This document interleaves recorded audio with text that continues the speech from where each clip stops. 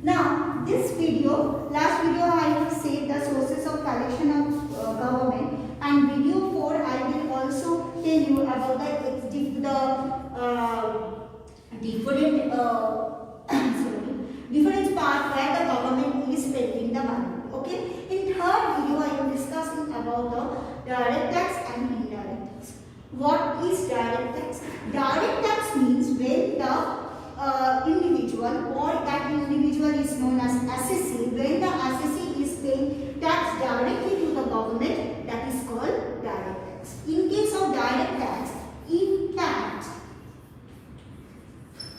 and incidence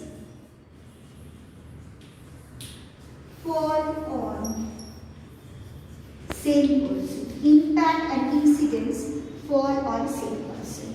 What is that incidence and what is that impact? Incidence is that you are earning. Okay. And impact is that you have to pay tax. Clear? Impact and incidence of tax falls on the same person. Why? It falls because I have to pay income tax. For what reason? Because you are earning. That is clear? So impact and incidence fall on same person. Number 2, direct tax is progressive in nature. It is one of the most important characteristics of the direct tax, that it is progressive in nature. What is the meaning of progression? Progression means as the income increases, the rate of tax also increases. Means the person who or individual who is earning more, they have to pay tax to the government at a higher rate.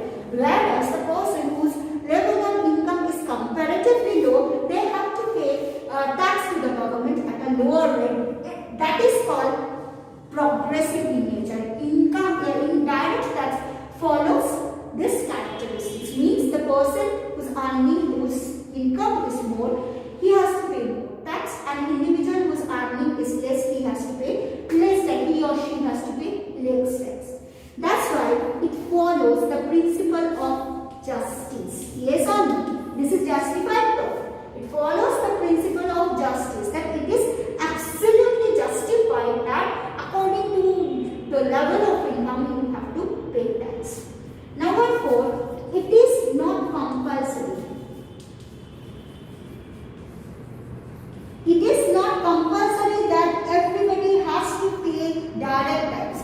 The individual whose income is taxable, he or she has to pay direct taxes. Am I clear? These are the very important point of direct taxes. First one, impact and incidence fall on the same person. Number 2, it is progressive in nature. It follows the principle of justice. Number 4, it is a very good thing that it is not compulsory that everybody has to pay direct taxes. Okay. Now, on that basis, I am again telling the 4 points of indirect tax. Number 1, impact and incidence does not, or do not, let me say, do not fall on the same person. Very good. What? Impact and incidence does not fall on the same person. Now see, when you are purchasing a product, then who have to pay tax? Obviously you have to pay tax. Yes? But who is earning money? That seller. Seller is earning money, but you have to pay tax. Okay? So impact and incidence does not fall on the same person. Okay? Seller is selling the product, then he will pay the tax. I mean, he is paying the direct tax to the government. Who will pay the indirect tax? Obviously we. Remember, the consumer or customer, they pay indirect tax.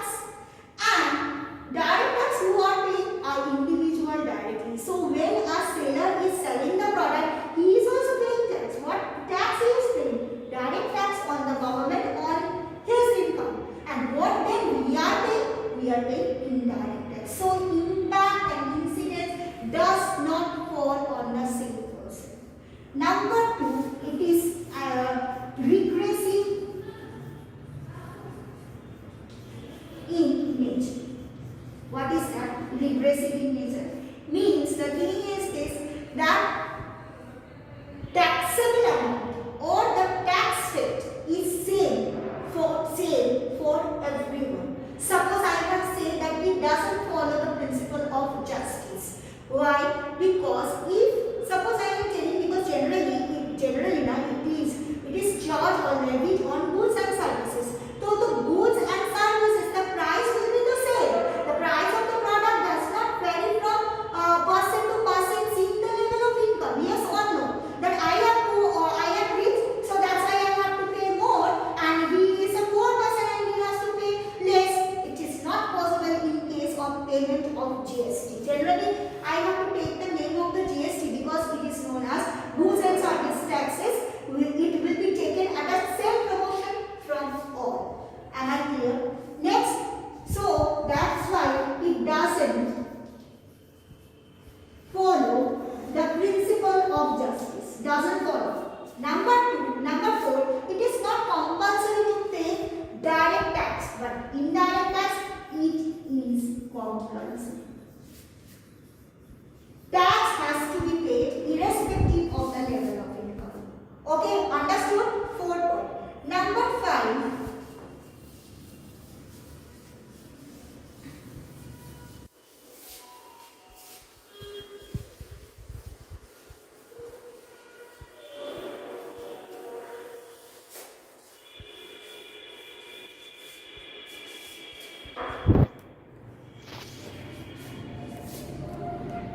Very important one.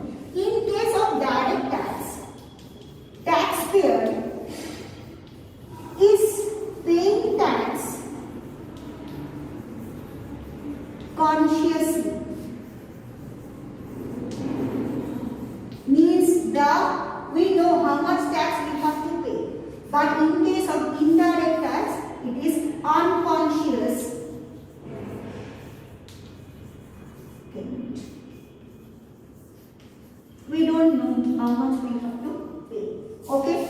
Now, chance of tax avoidance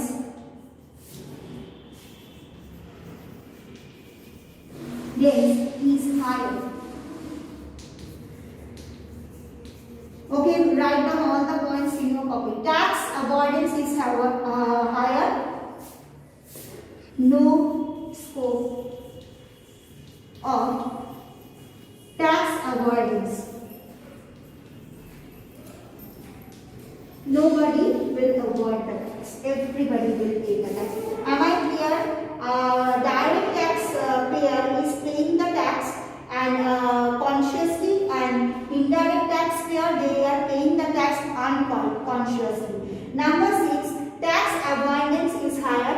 Here, the scope of tax avoidance is nil, because everybody has to pay the tax, because it imposes on goods and services. You can tell that direct tax imposes on what? On income. Number 1. Number 2, on wealth and income and wealth, and another one on property. Generally, and indirect tax falls on goods and services. Okay, understood? Point number 8.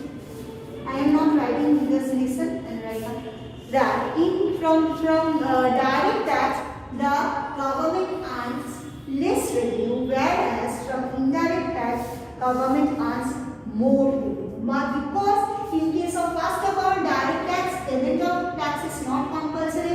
If your income is not taxable, you don't have to pay tax. Moreover, many people, they are not paying the tax to government properly. But it is not possible in case of indirect tax.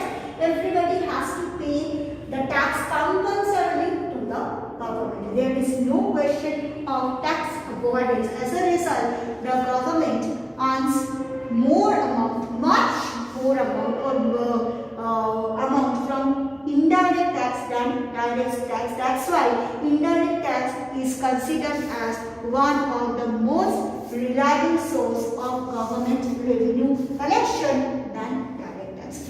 In India, government is getting only 10% earning from direct tax, whereas the rest they are getting from indirect tax. So the income tax department is depending on the indirect tax only, not on the direct tax.